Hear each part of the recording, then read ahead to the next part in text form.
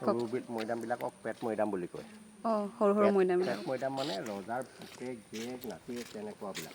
অঁ অঁ গতিকে আজিৰ দিনতো অন্ধবিশ্বাস আছে, সেইকাৰণে ডাইনী হত্যা হয়। সেই সময়তো অন্ধবিশ্বাসৰ প্ৰকোপটো বেছি আছিল। কি হয়, কোনোবাৰ নাতিয়েক এটাই মানে সৰুতে যদি মৃত্যু হয়, তেওঁৰ আত্মাই ভয় খাব সেইবুলি ভাবি এই ককাকৰ কাষতে মৈদামটো দি দিবলৈ কয়। অঁ গতিকে সেই মৈদাম ককাকে ৰক্ষা কৰিব, তেনেকুৱা ধৰণৰ। সেইকাৰণে এইবিলাকক পেট মৈদাম বুলি কয়। আমি যে কওঁ পেট মোচাটো, অঁ অঁ সেই শব্দটোৰ পৰা পেট মৈদাম।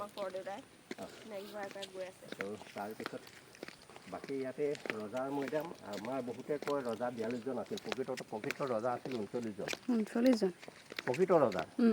কাৰণ চন্দ্ৰকান্ত সিংহ পুৰন্দৰ সিংহৰ ইবাৰ মানে শেষ মুহূৰ্তত ৰজা ভঙা পতা হয়। চন্দ্ৰকান্ত সিংহক ভাঙি পুৰন্দৰ সিংহ বহে, পুৰন্দৰ সিংহক ভাঙি চন্দ্ৰকান্ত সিংহে, তেওঁলোকে দুবাৰ ৰজা হৈছে। অঁ দুইবাৰ মানে হেৰি কৰিলে। যোগেশ্বৰ সিংহক মানে পাতি থৈ গৈছিল। যোগেশ্বৰ সিংহ প্ৰকৃততে মানে পতা ৰজা হ'লে সেই প্ৰকৃত ৰজা নহয়। তাৰমানে আহোমৰ মন্ত্ৰী পৰিষদে যিজনক ৰজা পাতে সেইজনহে প্ৰকৃত ৰজা। হ'লেও যোগেশ্বৰ সিংহই 3 বছৰ শাসন কৰিছে, তেওঁক মানে পাতি থৈ যোৱা। গতিকে সেই হিচাপত তাৰমানে তেওঁলোকক ধৰিলে 42জন হয়গৈ। প্ৰকৃততে আছিল 39জন। আৰু সেই 39জন ৰজাৰ প্ৰায় ইয়াতে 33-35টাজনমান ৰজাৰ মৈদাম চৰাইদেউত আছে।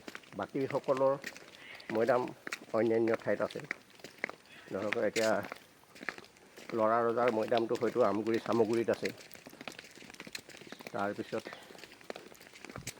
দিহিঙীয়া ৰজাৰ মৈদাম চৰুগুৱাত আছে। তেনেকৈ আকৌ শেষৰ ৰজাৰ 2জন মানে যোৰহাটত আছে, সেইকাৰণে যোৰহাট ৰজা মৈদাম ঠাইটুকুৰা নামেই হ'ল।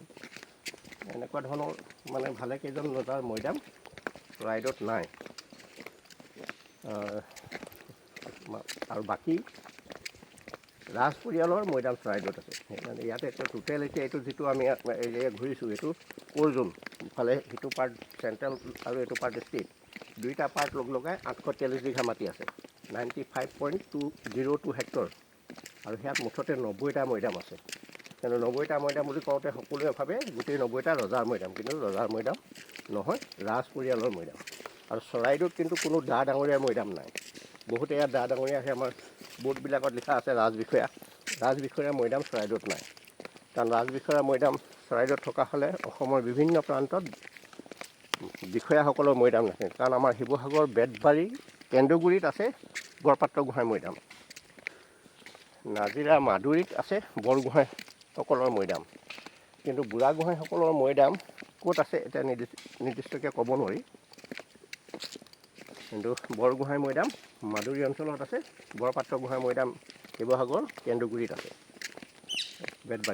বেতবাৰী কাষত। ৰাজবিষয়া আৰু ডিব্ৰুগড়ত বৰবৰুৱা মৈদাম তাত দেখিছেই সকলোৱে। লাকুৱাতো 2জন বৰবৰুৱা মৈদাম আছে। অঁ, এই মৈদামটো এইটো 1986-87 চনত খনন কাৰ্য কৰি এইটো ৰূপ কৰিছে। এইটো অৰিজিনেল, এইটো ৰূপ নহয়। এইটো মৈদামৰ ভিতৰৰ অৱস্থাটো কেনেকুৱা সেইটো পৰ্যটকে জানিবৰ কাৰণে অসম চৰকাৰে, অসম প্ৰত্নতাত্ত্বিক সঞ্চালকালয়ে এইটো 1986-87 চনত খনন কাৰ্য কৰি এই গেটখন কিন্তু অৰিজিনেল। অঁ, এইখনকে আলম লৈ এইটো খনন কাৰ্য কৰি ভিতৰৰ অৱস্থাটো মানুহে চাবৰ কাৰণে এইটো খনন কাৰ্য কৰোঁতে ইয়াত ছাই ওলাইছিল।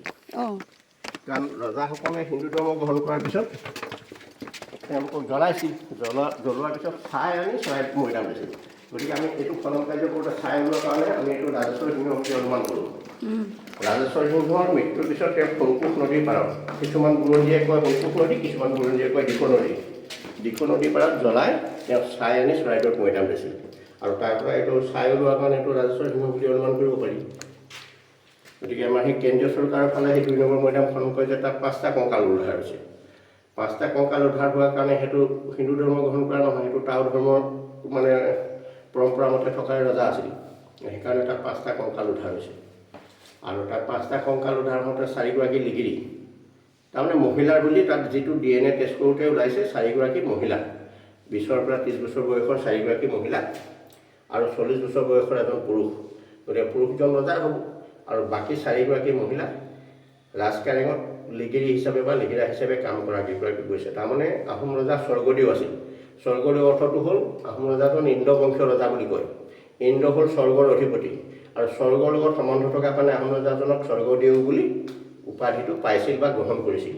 গতিকে স্বৰ্গদেউ মানে ঈশ্বৰৰ প্ৰতিনিধি, আৰু সেইকাৰণে তেওঁৰ লগত যাবলৈ পালে বহুতে সৌভাগ্যৱান বুলি ভাবি ৰাজকাৰেঙত থকা লিগিৰীসকল স্বেচ্ছাই গুচি গৈছিল। এই ভিতৰলৈ যাব পাৰিনে? পাৰি।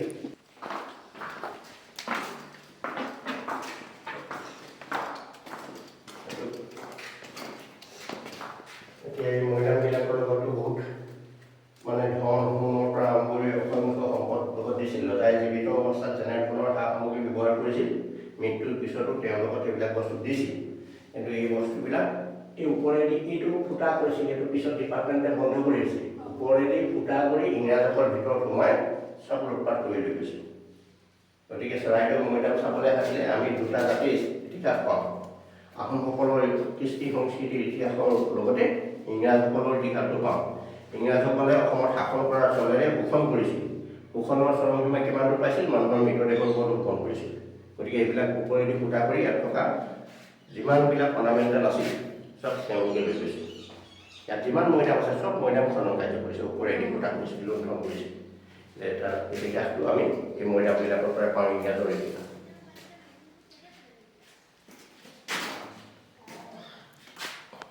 ইয়াত এই বৰদেউতাজনক লগ পাই কিন্তু বহুত মানে আমাৰ কাৰণে ভাল হৈছে। আমি বহুত কথা জানিব পাৰিছোঁ আৰু লগতে আপোনালোকেও জানিব পাৰিছোঁ। তেতিয়া ফটো দুখনমান উঠি লওঁ।